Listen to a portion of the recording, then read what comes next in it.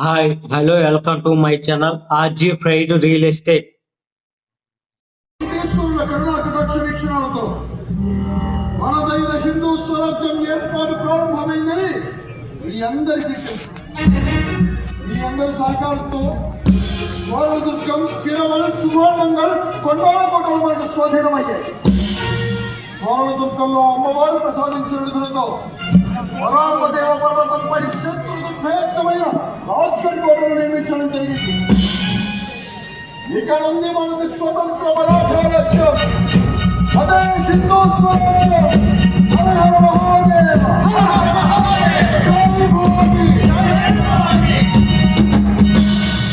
ఇప్పుడు మన గురుదేవులు దాదాజీ మనకు కర్తవ్యాన్ని నిర్దేశిస్తారు. ఓ హైందవ వీర యోధులారా, రాజమాత జిజేదాయి మహావీరుడు సహాజన బిడ్డ శివాజీ మనదైన మరాఠా సామ్రాజ్యానికి పూర్వ వైభవాన్ని సంతరింపజేయడానికి నడుపుగించాడు. మీరందరూ సహకరించారు, చాలా సంతోషం. కానీ ఈ పరాజయాన్ని బీజాపూర్ సూత్రం చూస్తూ ఊరుకోడు. కావున మనం ప్రతి క్షణం అప్రమత్తంగా ఉండాలి. ఈ రోజు మన రాజ్యంలో గోవధను నిషేధిస్తున్నాం.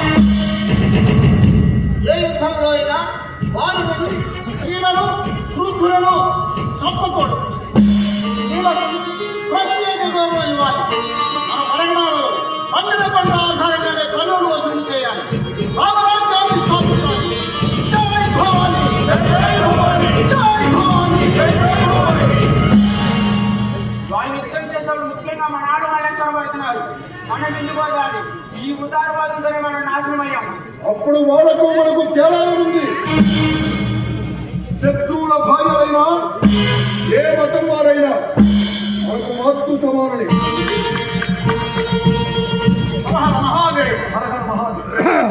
మన సమాజంలో ఒక బాధితుడు తన బాధ్య అత్యంతాలని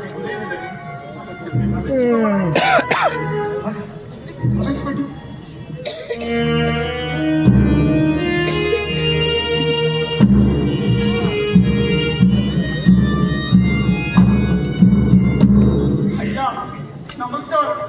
మాది రంజాగ్రామం పటేల్ నా భార్యని ఇంటి పడిగానే పిలిచి బలాత్కారం చేశాడు. అడగడానికి నన్ను తీవ్రంగా కొట్టి నా కాలు వెనుకొట్టాడు. ప్రభు, రంజాగ్రామ పటేల్ బంధించి తీసుకురండి. మరి అతను బంధించి తీసుకొచ్చాడు ప్రభు.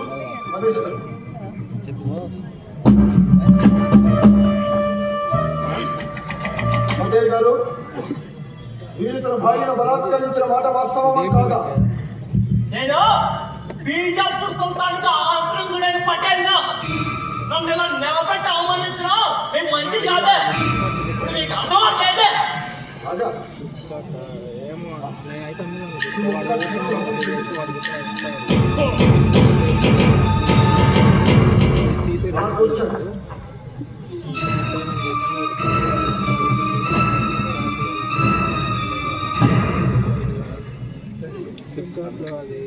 ఇప్పుడు చెప్పండి, మీరు తన భార్యను బలాత్కరించిన మాట నిజమా కాదా?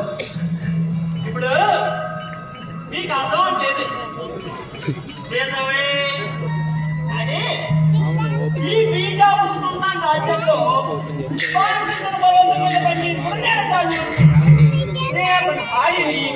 నా భార్య ఇంట్లో లేదు, రెండు గొడవలు ఇస్తాను,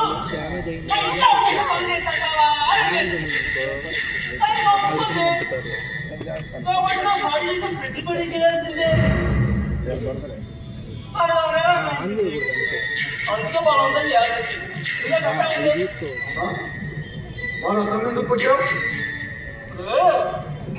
నీకు అర్థం లేదు. చట్టం ప్రకారం శాస్త్రం 10 గంటలు అయ్యాడు.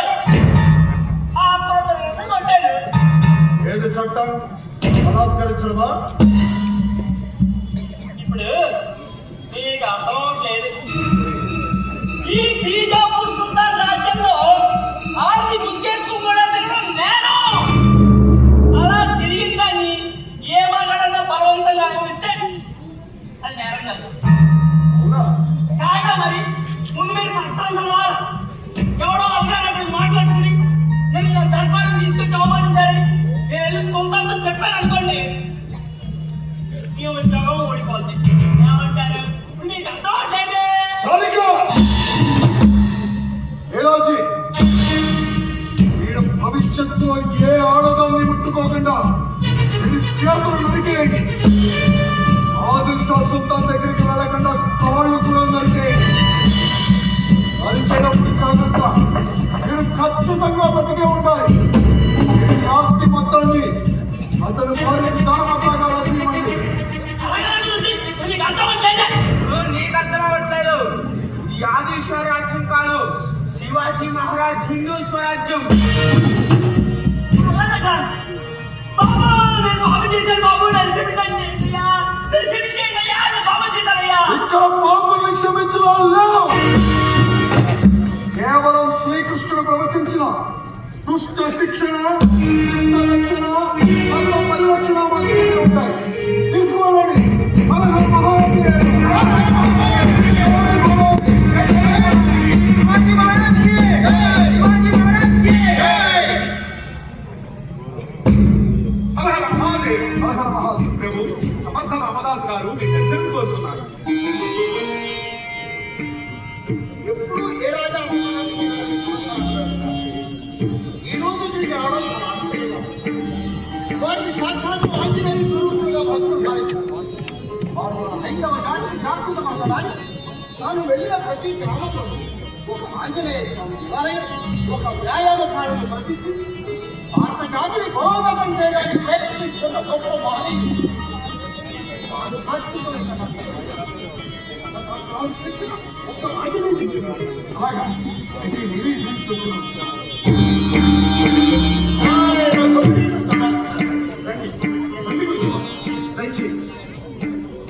హిందూ స్వరాజ్య స్థాపకులైన శివాజీ మహారాజుకు శుభాశీస్సులు. మిమ్మల్ని ఈ విధంగా తీర్చిదిద్దిన మీ తల్లి జిజియాబాయి గారికి, మీ గురుదేవులు కౌరదేవు గారికి శిరస్సు ఉంచి నమస్కరిస్తున్నాను. నేను మీతో ఏకాంతంగా మాట్లాడాను.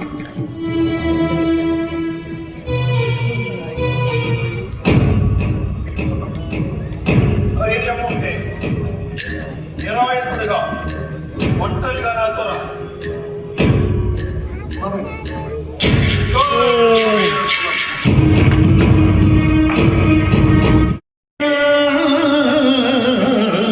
శివుడు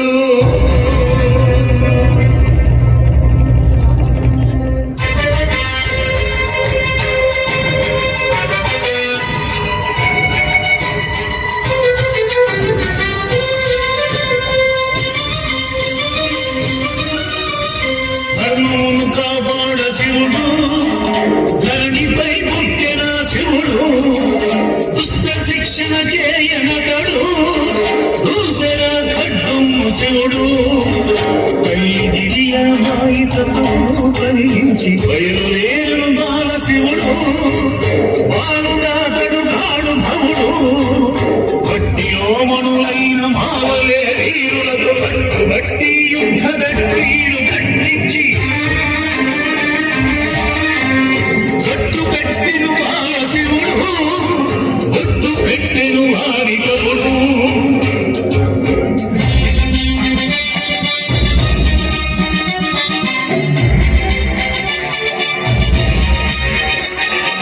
పుష్కరులైన తురుక్కులు బాతిన దీర్ఘస్తంభము విలుకందొత్తి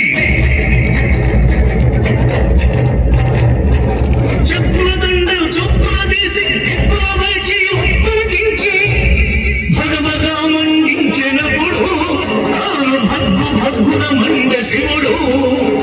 గురుడైన దాదాజీ కొండు దేవుని ఆన కొందారు నాగలిని బాగుగా చేయించి వీడు భూమిని గొన్న శివుడు. తాను బలరాముడై పోకినప్పుడు ధర్మమును కాపాడ శివుడు, ధరణిపై పుట్టిన శివుడు.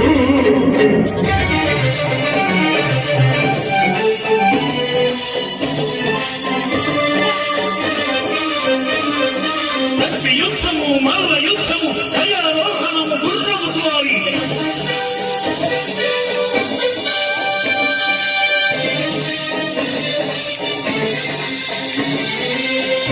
ఎత్తుగా ఈటెలు విసురుట సాము వెలసీలు సాధన చేయుట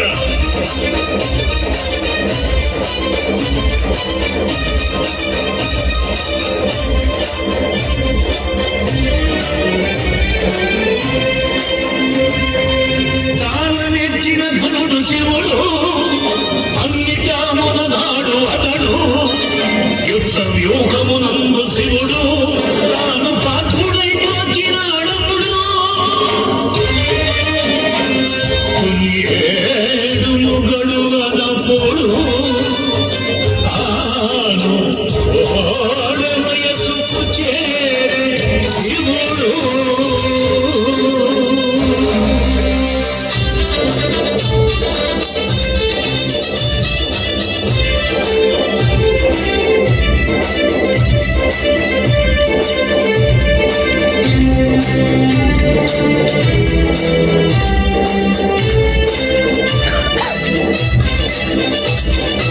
అంతట ఒకనాడ శివాజీ తన మిత్రుల కూడి అడిగించేరి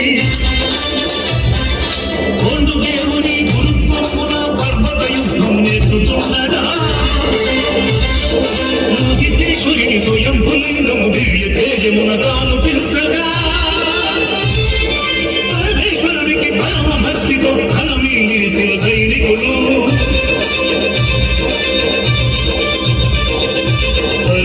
పరమేశ్వరునికి పరమ భక్తితో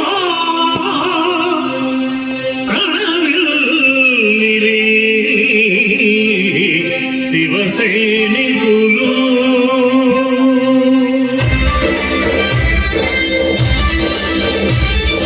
అంతట ముస్లిం సైనిక పదనము పదగా వచ్చి వీరిని తోచి లింగము దైవము ఎట్టురాయరా రాయి లింగముగా మారుతేరా లింగము దైవము ఎట్టురాయరా రాయి లింగముగా మారుతేరా చిక్కు ఎక్కు లేక హిందువులు విగ్రహములు పూజించుటేచురా అరుచు ముష్కరులు అమకేననగా శివలింగమును తాకబోవగా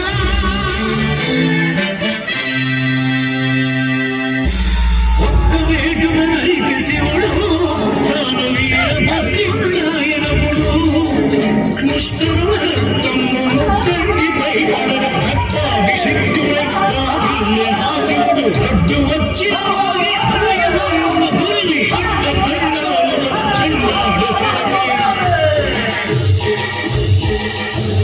హరహర మహాదేవ హరహర మహాదేవ హరహర మహాదేవ శివ శంకరాయనుచు భక్ష యజ్ఞము కూర్చు ప్రమద బలముల శిక్షించి మెచ్చునను శివుడు తాను వీరభద్రుడాయనప్పుడు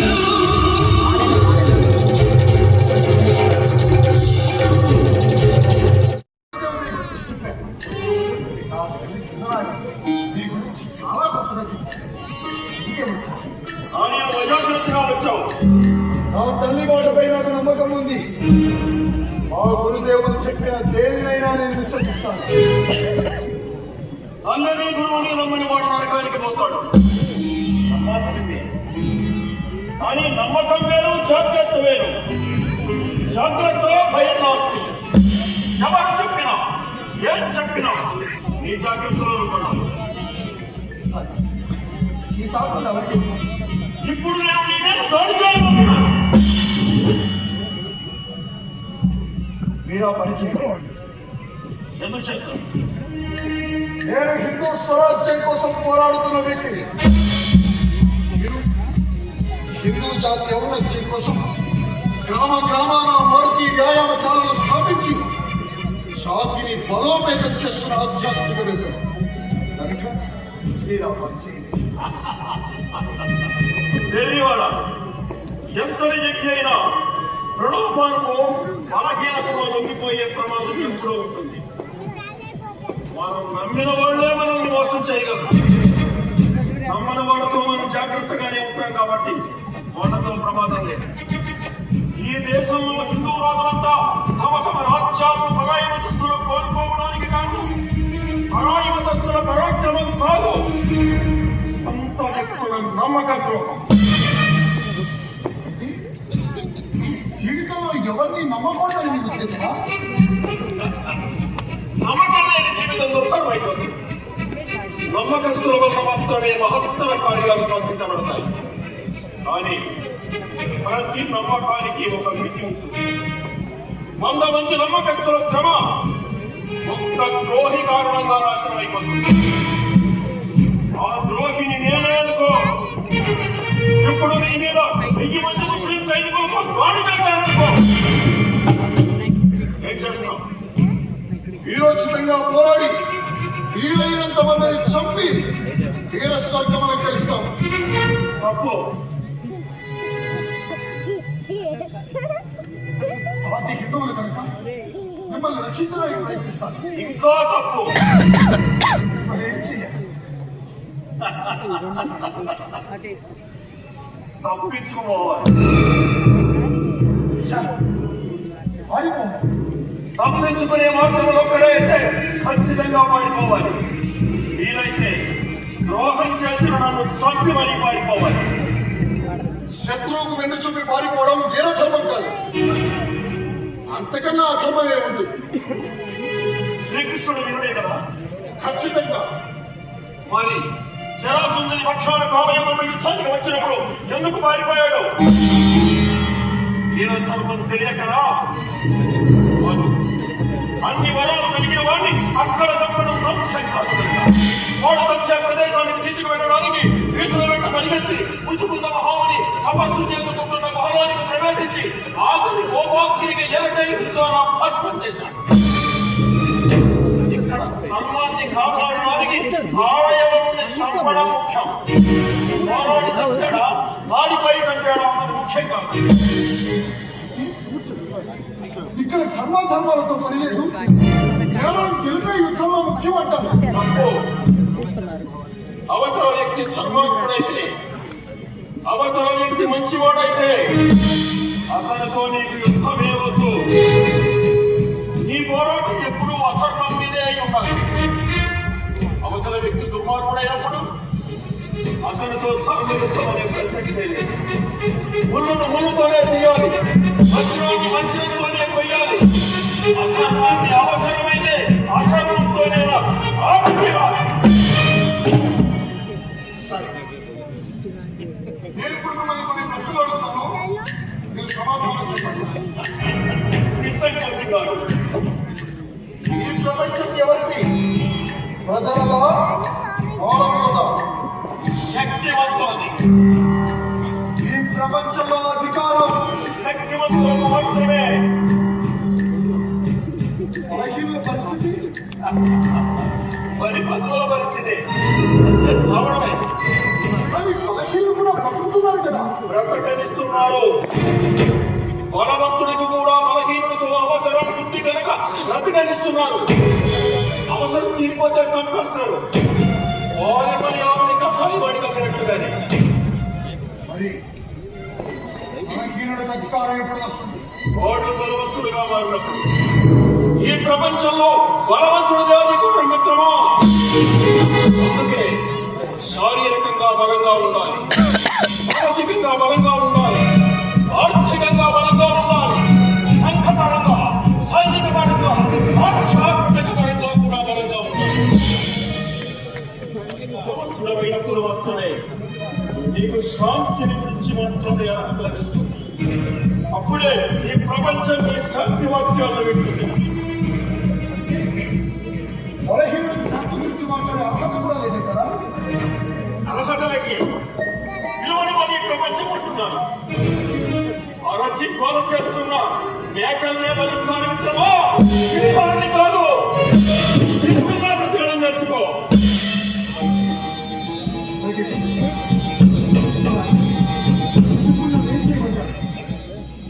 నీవు బీజం వేసిన ఈ హిందూ స్వరాజ్యాన్ని మహోముఖ్యంగా విస్తరింపజేయాలి. దానికి ఇప్పుడే బీజం పడింది. దానిని తినడానికి చీమలు కూడా ప్రయత్నిస్తాను.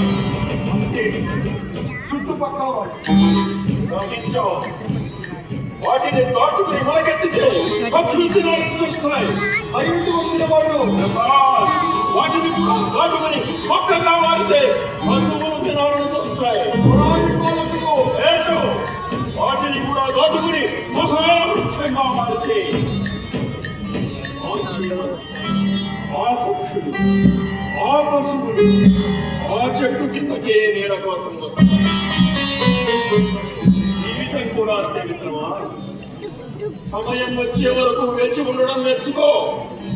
అవకాశం వచ్చినప్పుడల్లా ఎదగడం నేర్చుకో. ఈ హిందూ స్వరాజ్యాన్ని మహావృక్షంగా ప్రకటింపజేయి. అన్ని కులాలు, అన్ని మతాలు, అన్ని వర్గాలు హాయిగా సేదతీరుతాయి. మరి ఆ పరిక్రమలో మీరు ఓడిపోతే, నిలబడడం నేర్చుకో. మోసపోతే, జాగ్రత్తగా ఉండడం నేర్చుకో. చెడిపోతే, బాగుపడడం నేర్చుకో. ఏమైనా చెడిపోతే నువ్వు కూర్చో దీన్ని తీసుకుని ఈ ఆశయాన్ని వెతికించుకోవడానికి ఏం చేయాలో చాలా ముందే తెలుసుకో. ఎలా పట్టుకోవాలో తెలియడం కాదు, దీన్ని కూర్చో ఓటమి ఎలా తప్పుకోవాలో కూడా తెలియదు. ఒక్క విజయం ఒక్కరు కనబడకుండా చేస్తే ఒక్క మనోజయం లేని ఒక్కరు వెయ్యి తెచ్చి పెడుతుంది. అధర్మం మీద విజయాన్ని సాధించడానికే ప్రాధాన్యతని ఎలా సాధించాలనేది పెద్ద విషయం కాదు. ముందు స్వదేశం, తర్వాత స్వధర్మం, ఆ తర్వాతే నువ్వు నీ కుటుంబం. చెప్పండి. ముందు స్వదేశం, తర్వాత స్వధర్మం, ఆ తర్వాతే నువ్వు నీ కుటుంబం. ఆ తర్వాతే నేను నా కుటుంబం. జయ రఘువీర సమర్థ, జయ రఘువీర సమర్థ. ఆధ్యాత్మికవేత్తలైనటువంటి సజ్జనులు ప్రపంచిక యుద్ధతంత్రాలపై ఇంతటి అపార పరిచయం కలిగి ఉండడం నిజంగా వాటన్నిటినీ నాకు పరిచయం ద్వారా ఆ అనుమానాలన్నీ పటాపంచలయ్యాయి. గురుదేవా, తన మార్గంగా కాదు జయ రఘువీర సమర్థ.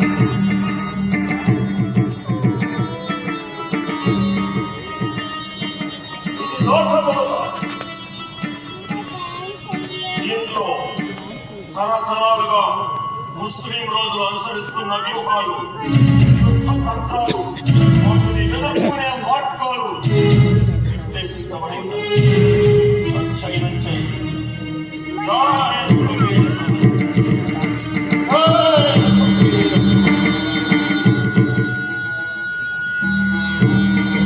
రఘువీర మహాదేవ్, ఎందుకొచ్చా ఏకాంతం? అవును ప్రభు, మీ తండ్రి షహాజీని బీజాపూర్ బలివేగ మార్గ మేరకు బంధించారు. వెంటనే ఆక్రమించిన దుఃఖాలను అప్పగించి శరణ్ వేయకపోతే షహాజీని వధించడం జరుగుతుందని షాజీని పంపించారు ప్రభు. అంతేకాదు ప్రభు, మీ అన్న షహాజీని అబ్దుల్ ఖాన్ దొంగ చాటుగా వెనకటి పెరంగితో కాల్చి చంపించాడని తెలియజేస్తున్నారు. వెంటనే వెళ్ళాలి పద.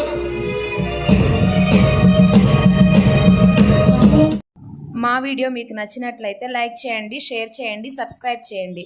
అలాగే మోర్ అప్డేట్స్ కోసం మా ఛానల్ని సబ్స్క్రైబ్ చేయండి. Thank you for watching in my channel.